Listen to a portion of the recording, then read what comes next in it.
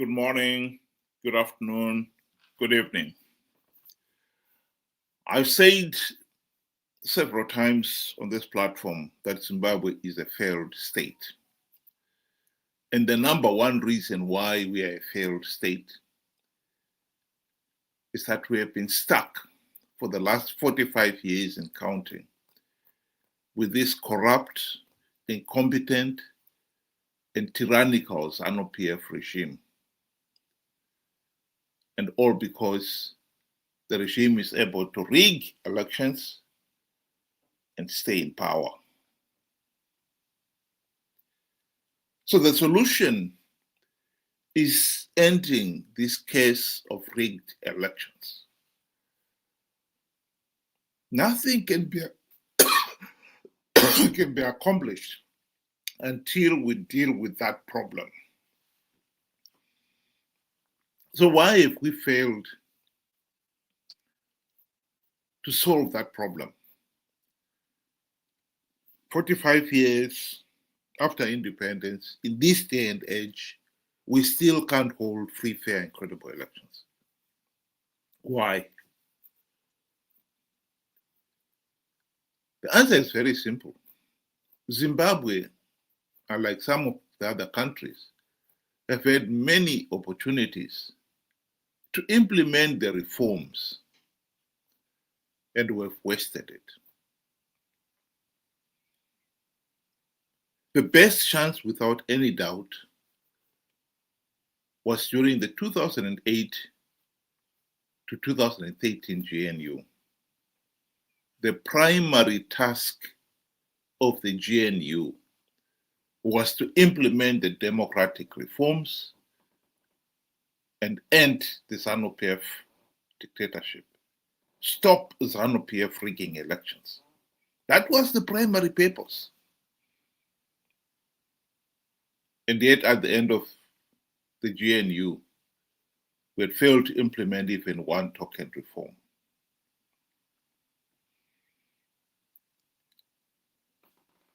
One of the tricks that Zanu PF used then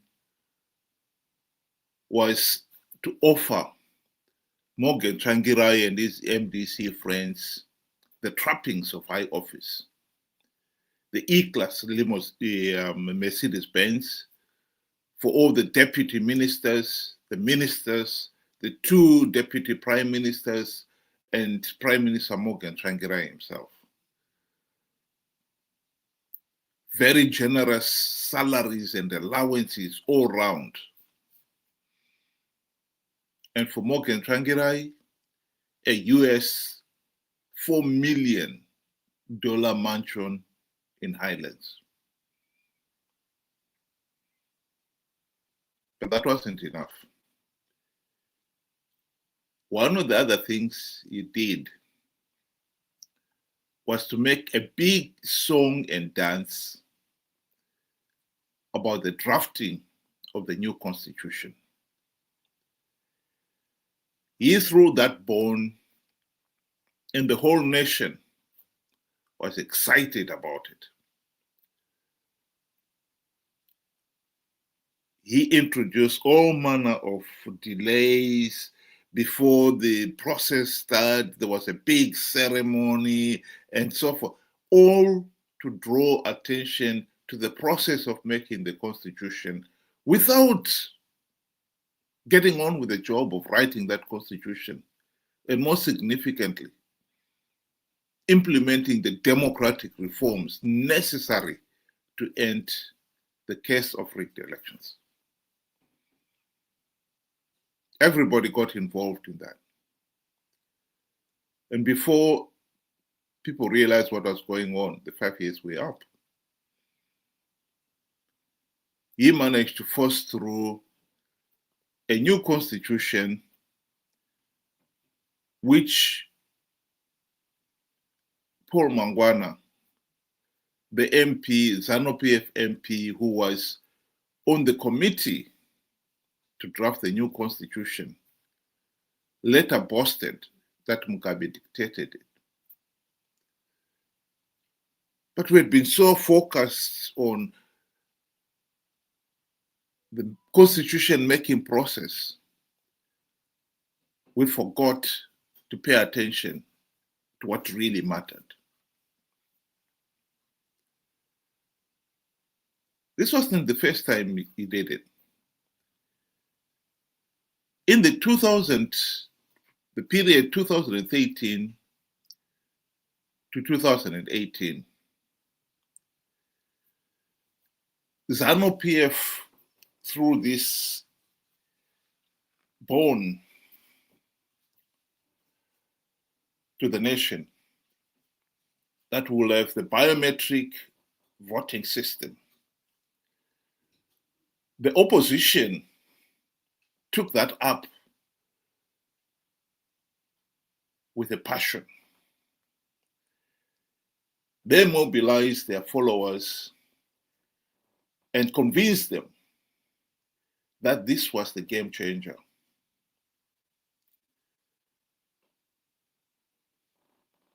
The amount of time the nation spent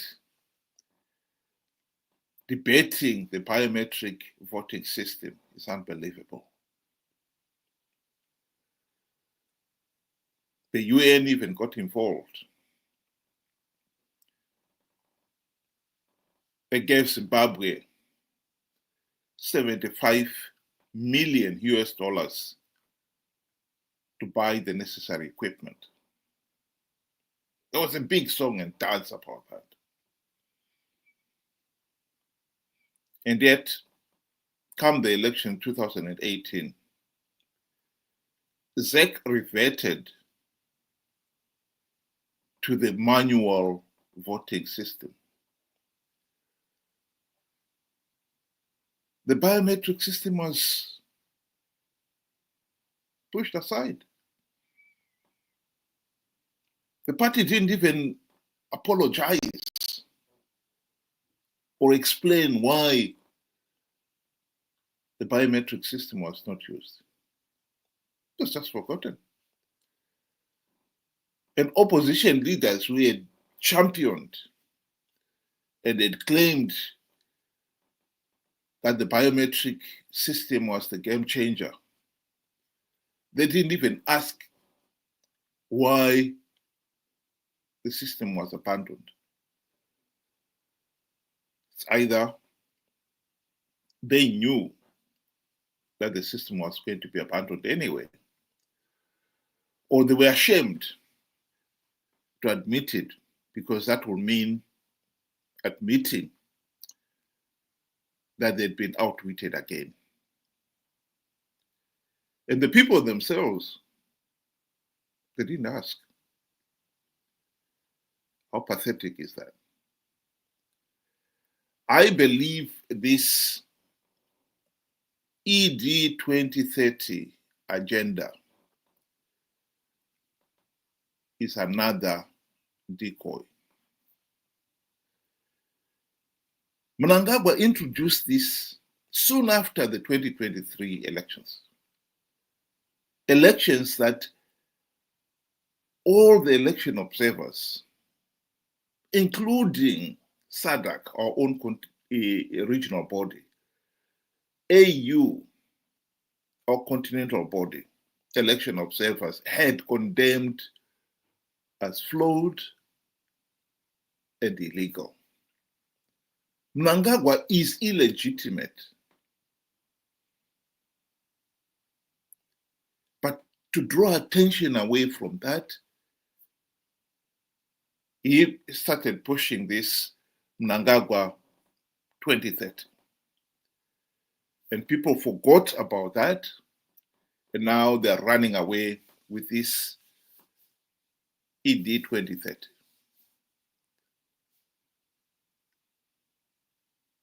This is nonsense. The nation has got other important issues to deal with. And the most important issue is to end this case of rigged elections. After 45 years of rigged elections, let's concentrate on that.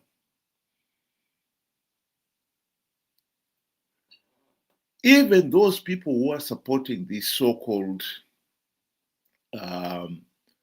no to Agenda 2030. You ask them, what is it you're fighting now? There's nothing. Because ZANU PF has said nothing about how they're going to achieve it. So you can't take them to court. You can't challenge something that is just an idea, an aspiration by the party. But more significantly, even if we succeed in stopping this Agenda 2030, think about it. We stop ED getting into extending his rule beyond 2028. Meanwhile, we have also failed to stop ZANU PF going into 2028 with no reforms. And more significantly, we have also failed to educate the people of Zimbabwe that going into 2028 elections without reforms is madness. But without that education, they will participate, just as they participated in 2023. If we participate in 2028 with no reforms, we will give ZANU PF legitimacy.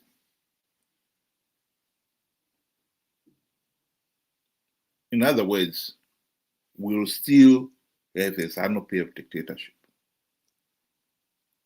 Who will be the dictator? It's irrelevant. We will have a dictator. In 2017, we got Mnangagwa. We removed Mugabe and got Mnangagwa. What changed? Nothing. We still have the dictatorship. We are still stuck with the ZANU PF corrupt, incompetent, and tyrannical regime in power because it rigs elections. So this whole no to Agenda 2030 is a waste of time. Because at the end of the day, all we'll have achieved is stop Mnangagwa becoming the dictator beyond 2028. But they failed to stop the ZANU PF dictatorship. We failed to end the ZANU PF dictatorship. There's no doubt that this whole scheme is madness. Why are we like little puppies? You throw a bone, an elephant thigh bone, and the puppy is so fascinated by it. When all it can do is lick the bone. How many times has ZANU PF thrown this elephant thigh bone at the opposition and the people of Zimbabwe to draw attention away from the important issue of rigged elections?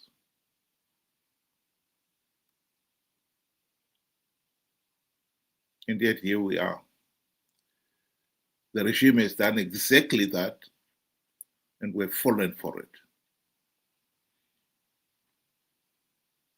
Then we say it and repeat it. Agenda 2030 is at best a side issue.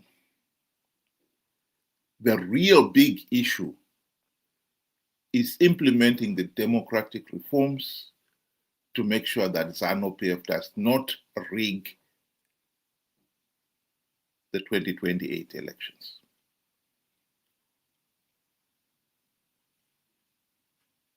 That is the big issue.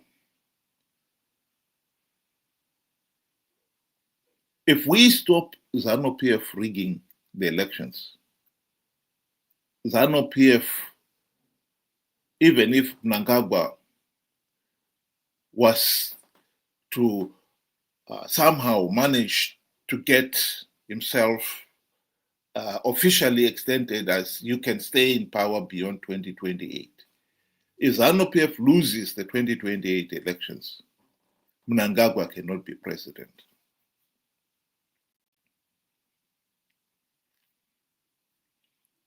If we do not participate in the 2028 elections,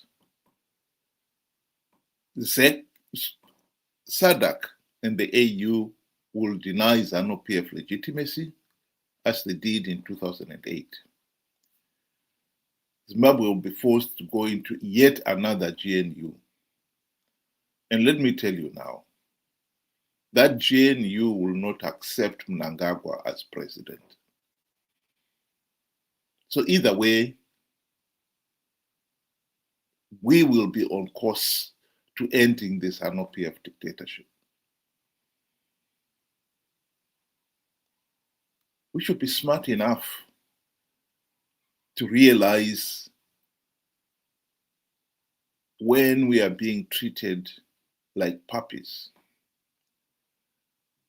Give it a bone that you know it has no chance. All it can do is lick. And after 45 years of being thrown thigh bones, we should be smart enough to focus on what needs to be done. What Zimbabwe needs to do now is to focus on implementing the democratic reforms to end the case of rigged elections and bad governance. Think about it.